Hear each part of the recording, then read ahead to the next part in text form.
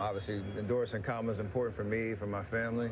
Why? What are the issues you care about most? Say what? What are the issues you care about? I just know from especially women's rights and thinking about, what's at stake with this election, and understanding like we need to be in a position where women have the right to choose what's right for them. And that's at the top of the list for me. I have amazing women in my life who've, been a huge inspiration to me.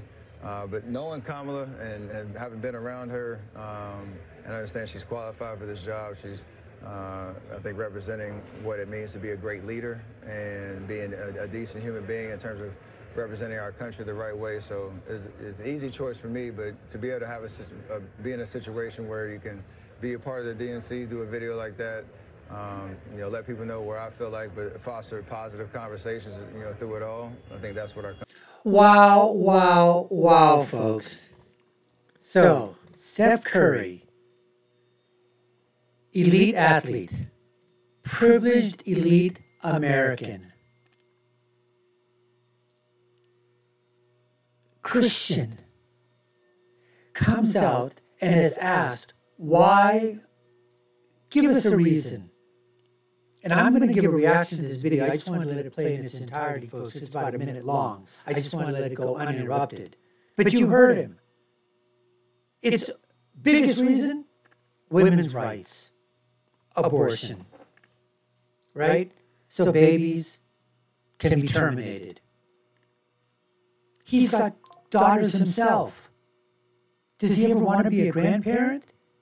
See, it's easy to talk about other people. But when it comes to your own family, I really wonder what the Currys would be thinking in that situation. Would they be willing to have a grandbaby, not born? Is that what they're saying? They profess to be Christians, but there's a lot of Christians, a lot of Catholics out there, down the Democrat side, that basically say, oh, we can divest ourselves for political reasons. Politically, we're for abortion. But personally, we're against it. They want to have it both ways. And if I want to listen to an elite athlete give me his opinions, then he's allowed to have his own opinion, just as we're allowed to have ours. But at least it would be, I would take it much better if they would talk about their values, their political ideologies, their stances on various topics throughout the course of the year, rather than coming out once every, few years or months or whatever on a topic. I would just take him a little bit more seriously. All he wants to do right now is put himself in a better situation with the black population and the culture warriors out there on the Democratic, the leftist side, so that he doesn't have to swim upriver and face the, backlash if he came out in support of Trump, let's say. So if that's what he wanted to do and he isn't, then he's a coward. And if he truly is a leftist and a liberal, which he seems like he probably is based on this statement here, okay, fine. But you know what? I'd much rather, listen, Steph, stay in your own basketball lane, pun intended. Don't come into the political lane unless you're going to explain yourself on a whole host of other issues. Because anybody can come out and spew out women's rights, women's rights, women's rights, we're for abortion. Biggest thing that's out there, it's the number one issue, is the termination of babies. Termination of life. That's why we're going with Kamala Harris, because she wants to do that. Give women the right to terminate their babies' lives. That's the most important issue. Anyways, let's get back to my reaction right now. Obviously, endorsing Kamala is important for me, for my family. Why? What are the issues you care about most? Say what? What are the issues you care about? I just know from especially women's rights and thinking about, what's at stake with this election. That's what's at stake. Excuse me? Let's see, what can I think of? What's going to make me more popular with the with black folk? What's going to make me popular with the women? Women's rights, abortion. There we go. Check. I'm all right.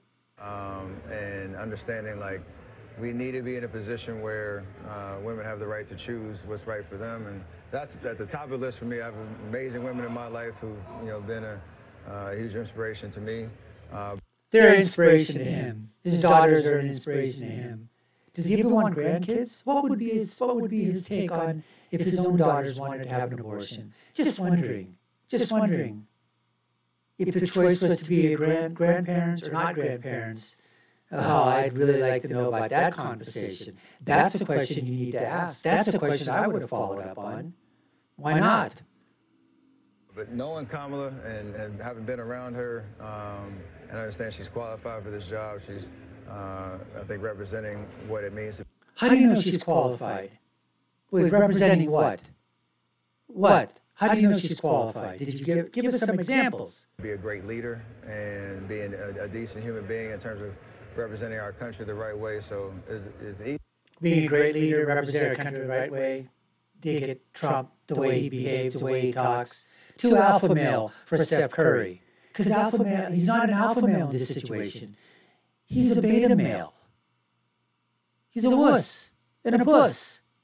Succumbing because, women's rights, amazing women in my life. Okay, doesn't have the courage to stand up.